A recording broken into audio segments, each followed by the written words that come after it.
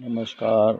आज की चर्चा का विषय है भारतीय साक्ष्य अधिनियम के प्रावधानों के बारे में। सामान्यतः चर्चा होती रहती है कि गवाही या साक्ष्य या इसको प्रमाणित कर देंगे, हमारे पास प्रमाण है, ये सब बातें सामान्य चर्चा में रहती हैं। भारत में भारतीय साक्ष्य अधिनियम साक्ष्य की विधि है जो 1872 का कानून है, जो 1 सितंबर 1872 को लागू हुआ था। भारतीय साक्ष्य विधि के लेखक सर जेम्स एफ स्टीफन हैं। साक्ष्य विधि में जो भी प्रावधान है वो प्रक्रियात्मक विधि है। भारत में साक्ष्य के प्रावधान ब्रिटिश कानून से लिए गए हैं। भारत में समय समय पर साक्ष्य विधि में संशोधन किए गए हैं। साक्ष्य विधि अपने आप में संपूर्ण विधि नहीं है। बहुत से प्रावधान ऐसे हैं जो अन्य अधिनियमों से लिए जाते हैं। अब हम चर्चा करते हैं साक्ष्य के संबंध में जो महत्वपूर्ण स्थितियाँ होती हैं। वो साक्ष्य की जरूरत सामान्यतः अदालत में ही रहती है। जब कोई भी प्रकरण न्यायालय में हो तो उसे कैसे प्रमाणित किया जाएगा। पक्षकार लोग कहते हैं, जन चर्चा में विषय रहता है कि सबूत हैं, समाचारों में आता है कि फलाना व्यक्ति ने पुलिस के सामने अपराध कबूल कर लिया, पुलिस को सबूत मिल गए। ऐसे ही सिविल केस में भी सबूत की ज़रूरत होती है। अब जो कार्रवाई होती है, जैसे क्रिमिनल केस की बात ले लें तो किसी मामले में रिपोर्ट होती है, पुलिस जांच करती है, गवाहों के बयान लेती है, मौके का मुआयना करती है, नक्शा बनाती है, कोई वस्तुएं जब्त करती है। जैसे अलग अलग केसों में अलग स्थिति होती है। चोरी के केस में चोरी की वस्तु बरामद होती है, एनडीपीएस के केस में मादक पदार्थों की जब्ती होती है, और अलग अलग तरीके के मामलों में आप लोग समझ चुके होंगे कि किस तरीके की स्थितियां होती हैं। जो अपराध को साबित करने के लिए जो प्रमाण होते हैं उन्हें अदालत में किस तरीके से पेश किया जाता है, और जो मुल्ज़िम होता है उसे भी सुनवाई का अवसर मिलता है। वह अपने पक्ष में बचाव पेश कर सकता है। जो उसके खिलाफ साक्ष्य होती है उसको क्रॉस करने का अवसर रहता है। ऐसे ही जब वह साक्ष्य पेश करता है तो उसके द्वारा प्रस्तुत साक्ष्य को अभियोजन की ओर से क्रॉस करने का अवसर रहता है। यहाँ एक महत्वपूर्ण बात यह है कि अदालत को किसी भी मामले में जो उसके सामने विचाराधीन है, किसी भी पक्षकार या गवाह से किसी भी समय कोई भी प्रश्न करने की शक्ति होती है। अदालत बिना बताए कभी भी कोई सवाल कर सकती है, और जो मामले से सुसंगत हो या असंगत हो, इससे कोई फर्क नहीं पड़ता, और उस प्रश्न के बाबत कोई पक्ष आक्षेप नहीं कर सकता, और न्यायालय की अनुमति के बिना उस पर प्रति परीक्षा नहीं की जा सकती है। अदालत जो प्रश्न करती है उसमें भी कुछ लिमिटेशंस रहते हैं कि जो कोई दूसरे पक्षकार के द्वारा प्रश्न नहीं किए जा सकते, या वैसी स्थितियाँ होती हैं तो धारा 121 से 131 तक के जो प्रतिबंध साक्ष्यों के साक्ष्य के संबंध में होते हैं, और धारा 148-49 के वो जज द्वारा किए गए प्रश्न पर भी लागू होती है। अब आगे चर्चा में अपन देखते हैं कि सिविल मामला होता है, तो सिविल मामले में जब कोई आदमी अदालत में केस पेश करता है तो वह अपने केस में जो भी उसके मुद्दे होते हैं उन्हें लिख के पेश करता है, और यदि वह गरीब है तो अदालत में सिविल प्रक्रिया संहिता के प्रावधान के अनुसार उसे कोर्ट फीस से माफ़ी मिल सकती है और उसे यह प्रमाणित करना पड़ता है कि वह गरीब है। ये अलग अलग मामलों के लिए अलग अलग प्रमाण की ज़रूरत होती है। अलग अलग तरीके से प्रमाण पेश होने के बाद अदालत न्यायिक विवेक का उपयोग करके यह देखती है कि जो मामले में साक्ष्य प्रस्तुत हुई है उससे जो प्रश्न अदालत को निर्णित करना है वह प्रमाणित हैं कि नहीं है। कई बार लगता है कि पूरे सबूत थे, अदालत ने विपरीत फैसला दे दिया। ऐसी स्थिति जनरली चर्चा का विषय होती है। ऐसा कई बार कोई अदालत की त्रुटि हो सकती है या कानूनी तरीके से न्यायिक विवेक में वो प्रमाण विश्वसनीय नहीं माने जा सकते। उसके कई कारण होते हैं। जैसे कोई गवाह कहता है कि मैंने झगड़ा को देखा था, किंतु क्लास में बात आती है कि वो झगड़ा होने के बाद पहुंचा था, तो उसने झगड़ा देखा था, ये बात अदालत नहीं मान पाती है। ऐसे ही और अन्य बातें होती हैं जिन पे समुचित रूप से विचार करने के बाद अदालत निर्णय करती है। अब बात यह होती है कि ये अदालत में साक्ष्य के प्रावधान किस तरीके से लागू होते हैं। तो साक्ष्य के प्रावधान जो भी हैं वो अदालत जिसके द्वारा किसी मामले के निराकरण के लिए शपथ पर साक्ष्यों के कथन लिए जाते हैं, वह उस तरीके से जो भी प्रक्रियात्मक स्थितियाँ होती हैं बयान अदालत के सामने दर्ज किए जाते हैं। यदि कोई आपराधिक मामला है तो अभियुक्त की उपस्थिति में दर्ज किए जाते हैं, और यदि किसी कारण से अभियुक्त उपस्थित नहीं है, आजकल अभियुक्त जेल में होता है, उसे वीसी के माध्यम से उपस्थित रखा जाता है और उसकी ओर से अदालत में वकील पैरवी करता है। ऐसे ही कभी कोई अभियुक्त किन्हीं विशेष कारणों से पेशी पे नहीं आ पाता है तो उसकी ओर से हाजिरी माफ़ी का आवेदन पेश होता है और उसकी ओर से अधिवक्ता के द्वारा उस पैरवी की जाती है, तब सुनवाई हो जाती है।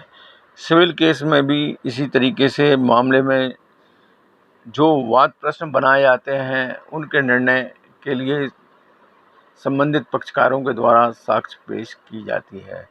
अब बात आती है जो साक्ष्य विधि में विभिन्न प्रावधान हैं, उसमें तथ्य होता है, सुसंगत तथ्य होता है, कब तथ्य सुसंगत नहीं है, कब साक्ष्य पेश की जा सकती है, कब साक्ष्य पेश नहीं की जा सकती है, पुलिस को जो साक्ष्य पेश की गई है उसमें से कितनी साक्ष्य प्रमाणित की जा सकती है। यदि कोई व्यक्ति पुलिस के सामने कोई अपराध की स्वीकृति करता है तो उसे साक्ष्य में ग्राह्य नहीं माना जाता है।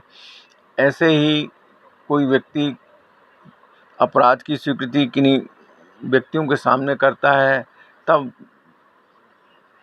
अदालत विभिन्न मुद्दों को विचार में लेके यह विचार करती है कि वह व्यक्ति उनके सामने वैसा कथन कर सकता है या नहीं कर सकता, और उसने यदि वैसा कथन किया है और इस बाबत जो साक्ष्य होती है तो उसकी समीक्षा बड़ी सावधानी से करती है। ऐसे ही सिविल प्रकरणों में ये बात लागू होती है। अब बात ये उठती है कि कोई मुद्दा किसके द्वारा सिद्ध किया जाएगा, इसे बर्डन ऑफ प्रूफ कहते हैं। सामान्यतः क्रिमिनल केस में जो मामला होता है वो फरियादी की शिकायत के बाद पुलिस के द्वारा जांच करके अदालत में अभियोग पत्र पेश किया जाता है, और उन मामलों का संचालन राज्य की ओर से एडीपीओ या लोक अभियोजक द्वारा किया जाता है, और वो मामले के संचालन में जो साक्ष्य होती है वो पेश करते हैं, कार्रवाई करते हैं। तो आपराधिक मामलों में अपराध जब अभियुक्त के ऊपर आरोपित होता है तो उसके आरोप को प्रमाणित करने के लिए राज्य की ओर से साक्ष्य प्रस्तुत की जाती है। इसमें फरियादी साक्षी होता है, जब्ती वगैरह हो तो उसके साक्षी होते हैं, और पुलिस साक्षी होता है। जब्ती की कार्रवाई के संबंध में जो भी वस्तु होती है वो भी अदालत में प्रस्तुत की जाती है। और अदालत उसके बारे में सामने देखती है और जो भी प्रश्न होते हैं दोनों पक्षों के द्वारा प्रश्न किए जाते हैं। अब बात उठती है कि साक्ष्य अधिनियम के विभिन्न प्रावधान जो सामान्यतः जिज्ञासा का विषय रहते हैं, जैसे कि शनाख्त की कार्रवाई। यदि कोई अपराधी के द्वारा कोई घटना कारित की जाती है और घटना के समय उपस्थित व्यक्ति उसे नाम से पहचानते नहीं हैं, वो शक्ल से देखते हैं, तो ऐसी दशा में उसकी शनाख्त कार्रवाई कराई जाती है। उसको जब तक शनाख्त नहीं कराई जाती तब तक पर्दे में रखा जाता है, अर्थात उसका चेहरा वगैरह छिपाया हुआ रहता है।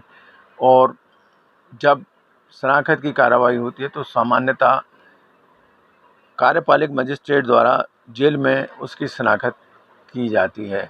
उसमें उसकी हाइट, हेल्थ, हुलिया के उसी उम्र के आसपास के कुछ व्यक्तियों को मिलाया जाता है और उनमें से जो व्यक्तियों को पहचान करना होती है वो उनको देखते हैं और कोई पहचान चिन्ह हो वो बताते हैं और उसको संकेत करके बताते हैं और उसका पंचनामा बनता है। उस पे अभियुक्त के दस्तखत होते हैं, गवाहों के दस्तखत होते हैं, संबंधित तहसीलदार के दस्तखत होते हैं, किंतु वहाँ पर कोई पुलिस अधिकारी नहीं होता है। ऐसे ही कोई चोरी की वस्तु हो या डकैती की वस्तु हो तो उनकी कोई समाज के प्रतिष्ठित व्यक्तियों से उस तरीके की और वस्तुएं मिलाकर पहचान कराई जाती है और उसका पंचनामा बनता है और वो अदालत में पेश होता है। अब बात ये उठती है कि पुलिस के द्वारा ये कहा जाता है, पेपरों में छपता है कि फलां व्यक्ति ने अपराध स्वीकार कर लिया, पुलिस ने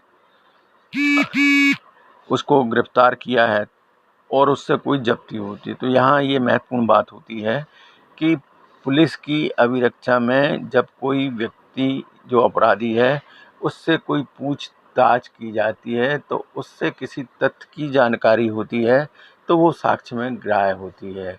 यदि उस तथ्य की जानकारी पहले से हो तो वो साक्ष्य में ग्राह्य नहीं होती है।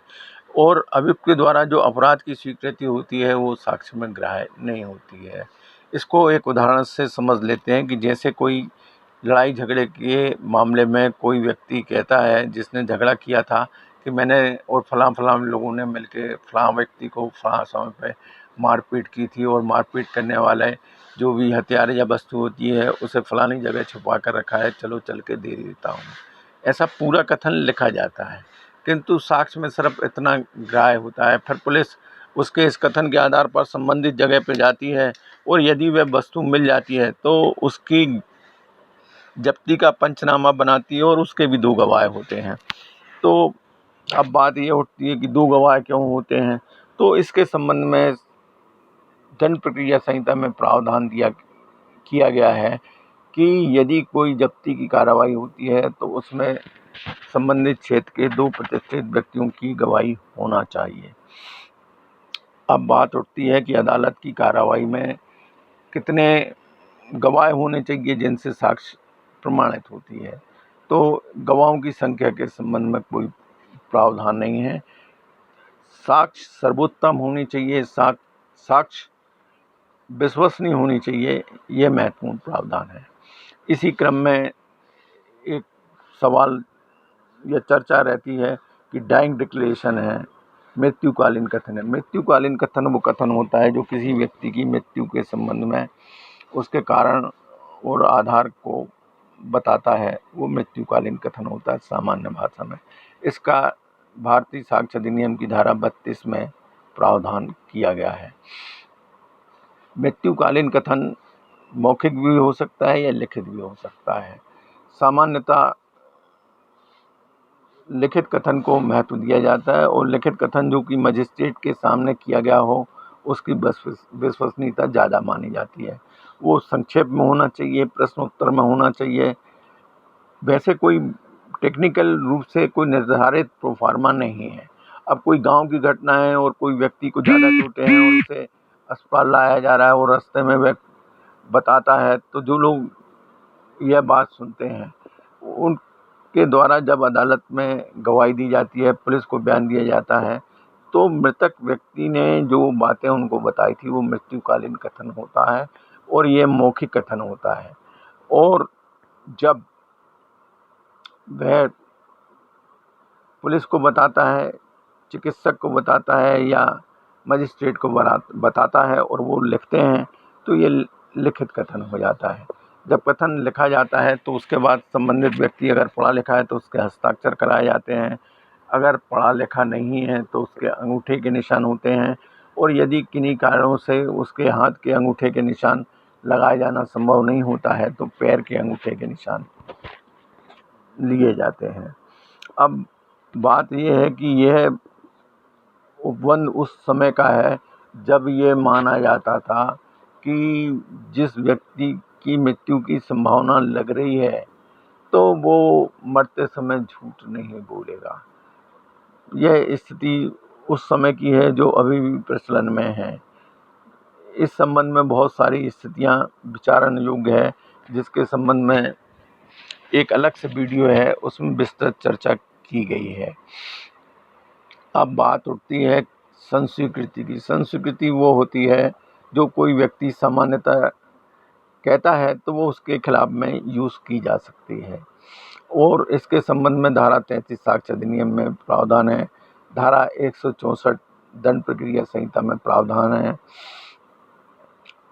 तो 164 दंड प्रक्रिया संहिता के प्रावधान है, तो उसमें जो कथन लिखे जाते हैं वो जज साहब द्वारा लिखे जाते हैं, और ये बहुत सारी बातें रहती हैं कि वो प्रेरणा, धमकी या बाकी चीज़ें से ना हो।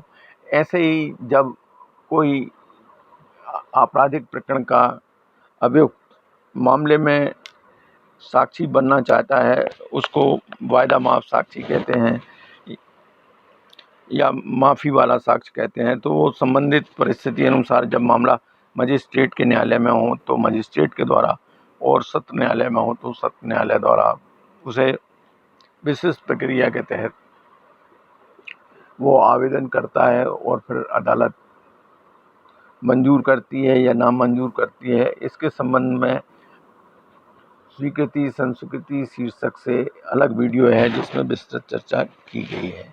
अब बात आती है कि साक्ष्य किस तरीके से पेश होगी। तो सामान्यतः जो फौजदारी के प्रकरण होते हैं उसमें राज्य शासन की ओर से साक्ष्य पेश होती है। राज्य शासन की साक्ष्य पूरी होने के बाद अभियुक्त कथन होते हैं, उसके बाद बचाव पक्ष की साक्ष्य होती है, और उसके बाद निर्णय होता है। अब ऐसे ही सिविल प्रकरण की स्थिति होती है कि वाद पेश होता है, उसका जवाब आता है, उसके बाद अदालत इशूज़ बनाती है जिसे वाद प्रश्न कहते हैं, तनखी कहते हैं, और उसके बाद वादी की साक्ष्य होती है, फिर प्रतिवादी की साक्ष्य होती है, उसके बाद फैसला होता है। अब कई बार बात आती है मौखिक साक्ष्य, दस्तावेजी साक्ष्य। मौखिक साक्ष्य वह होती है जो व्यक्ति के द्वारा अदालत में मुख से बोलकर दर्ज कराई जाती है। इसमें ये बात आती है कि मुँह बधिर की गवाही कैसे होगी, तो वो इशारों से अपनी बात बताते हैं और अदालत के समक्ष वो लिखी जाती है और वो सक्षम गवाह होते हैं। ऐसे ही विकृत व्यक्ति की गवाही नहीं हो सकती है। बालक साक्षी की गवाही हो सकती है। ऐसे ही वृद्ध और अशक्त व्यक्ति भी गवाह जो प्रश्नों को समझ सकते हैं, उत्तर दे सकते हैं, उनकी गवाही हो सकती है। अब बात आती है कि एक साक्षी के बयान के आधार पर क्या फैसला हो सकता है या कोई मुद्दा है वो प्रमाणित माना जा सकता है। इसका उत्तर हाँ में है।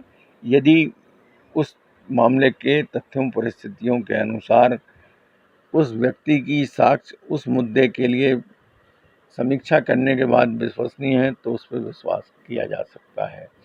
ऐसी बात आती है क्या सिर्फ डाइंग डिक्लेरेशन पे फैसला हो सकता है। इसका उत्तर भी हाँ है, परंतु कुछ मामलों में संपुष्टि की ज़रूरत होती है। संपुष्टि का मतलब होता है सपोर्ट की, मतलब जो बात कही जा रही है उसकी अन्य साक्ष्य भी समीक्षा हो तो उचित रहता है। जैसे किसी घटना के संबंध में कोई डॉग के द्वारा कुछ संकेत होते हैं ऐसे ही कोई दस्तावेज होते हैं जिसके संबंध में वो किन के सामने लिखा गया उनकी साक्ष्य की पेश करने की ज़रूरत होती है। अब बात ये होती है कि कुछ दस्तावेज कैसे पेश कर दिए जाएं तो मान लिए जाते हैं, इसके संबंध में विशिष्ट प्रावधान है। जैसे कोई 30 वर्ष पुराना दस्तावेज है तो उसके बारे में ये माना जाता है कि उस व्यक्ति के द्वारा पेश किया जा रहा है जो व्यवस्थागत रूप से उस व्यक्ति के पास होना चाहिए।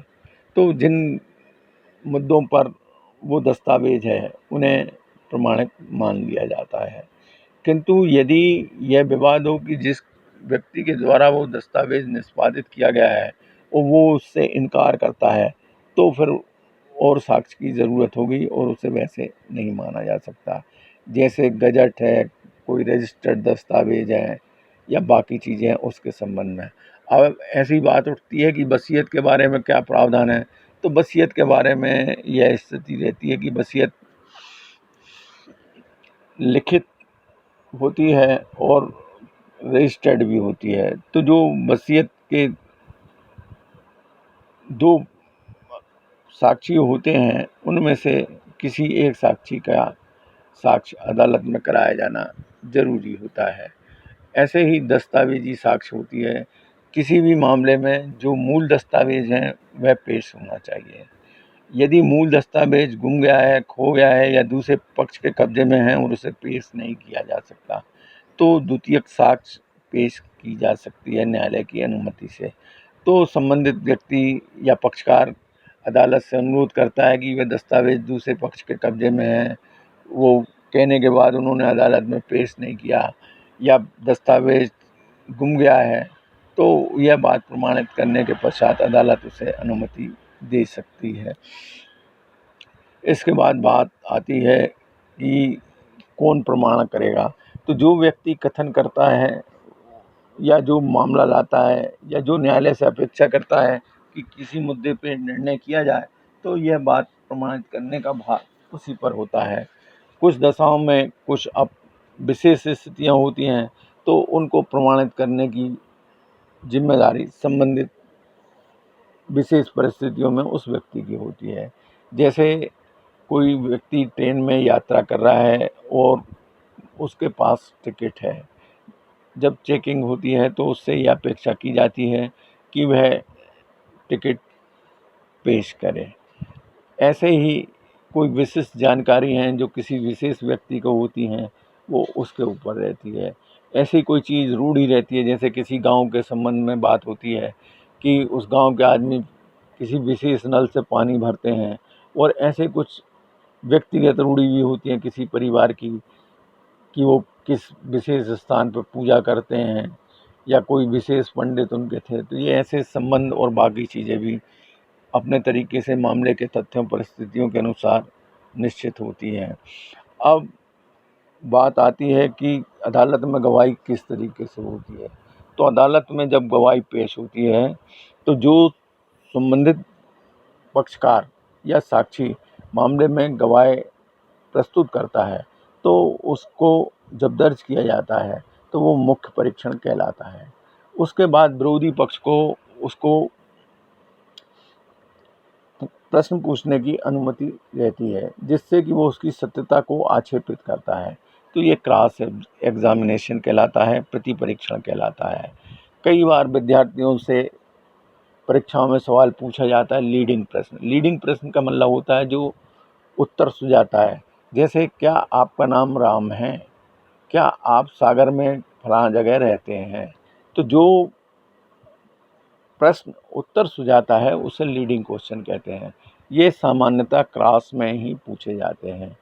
विशेष परिस्थितियों में जो पक्ष साक्षी को प्रस्तुत करता है और वो साक्षी सामान्यतः ऐसा होता है फौजदारी के प्रकरणों में कि अभियोजन की ओर से जो गवाह होता है वो मुकर जाता है, मतलब जो बातें उसको अदालत में कहनी चाहिए वैसा कथन नहीं करता है, उसे होस्टाइल विटनेस कहते हैं। तो ऐसी स्थिति में अभियोजक या डीपीओ जो भी होते हैं वो न्यायालय से अनुमति करके सूचक प्रश्न करने की अनुमति लेते हैं और फिर उनसे जो उनके पूर्व कथन रहते हैं उसके संबंध में प्रश्न किए जाते हैं। अब यहाँ एक बात और थी, जैसे मृत्युकालीन कथन था, मृत्युकालीन कथन करने वाला व्यक्ति जीवित रह जाता है। जीवित रह जाता है तो उसका जो कथन था वो साक्ष्य में उसी तरीके से सम्मिलित रहता है जैसे किसी व्यक्ति का पूर्व का कथन होता है। इसके संबंध में धारा 157 साक्ष्य विधि में प्रावधान है। धारा 165 में प्रावधान है न्यायालय के प्रश्न के संबंध में। अब बात उठती है कि किसी गवाह ने कोई बात कही है या कोई दस्तावेज के संबंध में साक्ष्य है, तो वह अदालत में उस संबंधित घटना या दस्तावेज को पढ़े हुए काफ़ी समय बाद गवाही देता है, तो उसको बहुत सी चीज़ें याद हैं या नहीं हैं, तो उसके संबंध में वो क्या उन्हें देख के स्मृति ताज़ा कर सकता है? इसका उत्तर हाँ है। धारा 159 के तहत वह साक्षी न्यायालय की अनुमति से संबंधित दस्तावेज को देख सकता है। वो सुसंगत हो या असंगत हो, इस बात से कोई फर्क नहीं पड़ता है। सामान्यतः चिकित्सक द्वारा किसी आहत के संबंध में दी गई जांच रिपोर्ट या चिकित्सक द्वारा किसी मरीज की चिकित्सा के संबंध में की गई जांच रिपोर्ट, पुलिस द्वारा जांच के क्रम में डायरी में लिखी गई बातें जो वो अपनी याददाश्त ताज़ा करने के लिए अदालत में देख सकते हैं, वो प्रश्न के उत्तर देते हैं। पुलिस डायरी एक विशेष दस्तावेज है जिसे बचाव पक्ष या उसका वकील नहीं देख सकता, किंतु विशेष परिस्थितियों में अदालत की अनुमति से कुछ भाग जो मामले के उस समय की स्थितियों के अनुसार ज़रूरी होता है, अगर अदालत अनुमति देती है तो उसे देखा जा सकता है। आज साक्ष्य विधि के संबंध में जो महत्वपूर्ण मुद्दे थे उन पे चर्चा की गई है। साक्ष्य विधि एक महत्वपूर्ण विषय है जिसमें जितनी भी चर्चा की जाएगी वो बहुत ही कम होगी। इसी क्रम पे मैं यह और बताता हूँ कि जो साक्ष्य पेश होती है वो विश्वसनीय है या नहीं है, इसका निर्णय अदालत को करना होता है। इसके संबंध में मामले के जो भी पक्षकार होते हैं वो अपनी तरफ से तर्क रखते हैं कि उसके मामले में जो साक्ष्य प्रस्तुत हुई है वो किस तरीके से रिलेवेंट है, साक्ष्य में ग्राह्य है, साक्ष्य विश्वसनीय है।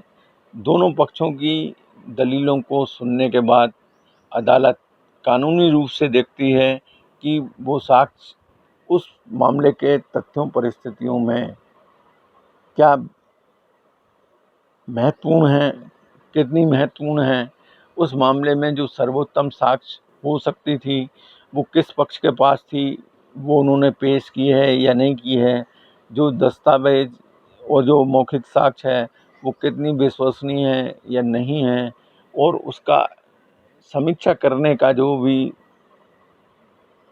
अधिकार अदालत का है वो बहुत विस्तृत अधिकार है, और अदालत उस प्रकरण के मामले में प्रस्तुत साक्ष्य की समीक्षा करके निर्णय करती है। आज की चर्चा में इतनी बातें। कुछ विशेष मुद्दों पर अलग से वीडियो हैं, जैसे स्वीकृति, संस्वीकृति, तथ्यों बाबत, प्राथमिक और द्वितीयक साक्ष्य के बाबत, तो उन पे जो भी मुद्दे हैं वो आप अलग से वीडियो में देख सकते हैं। यह एक सामान्य जानकारी का वीडियो है, विशेष जानकारी के लिए आप अन्य वीडियो देख सकते हैं। आज इतना ही, नमस्कार। एक प्रश्न रह गया है जो जिज्ञासा का महत्वपूर्ण प्रश्न है कि आजकल मोबाइल में या सीसीटीवी फुटेज में जो प्रमाण रहते हैं उन्हें भी अदालत में कैसे प्रमाणित किया जाएगा। इस संबंध में साक्ष्य विधि में विशेष प्रावधान किए गए हैं जो अलग अलग सेक्शन में बताए गए हैं, और धारा 65 भी साक्ष्य अधिनियम का महत्वपूर्ण प्रावधान है, और इसके संबंध में सूचना प्रौद्योगिकी अधिनियम 2000 के प्रावधान लागू होते हैं। जो प्रौद्योगिक तरीके के मामले होते हैं, जैसे मोबाइल फ़ोन की वार्ता, उसमें अश्लील बातें या अन्य कोई तरीके की स्थितियाँ, यहाँ यह महत्वपूर्ण है कि कोई बयान इलेक्ट्रॉनिक साक्ष्य किस तरीके से प्रमाणित की जाएगी, यह किस तरीके से एकत्र की गई है, उसकी कितनी विश्वसनीयता है, उसमें कोई सुधार तो नहीं किया गया और वह मूल रूप में है, और अगर मूल रूप में नहीं है और किसी तरीके से तैयार की गई है तो उसके प्रावधान को विशेष रूप से देखना पड़ता है। यह महत्वपूर्ण बात है। इसके संबंध में अलग से व्याख्या की गई है। नमस्कार।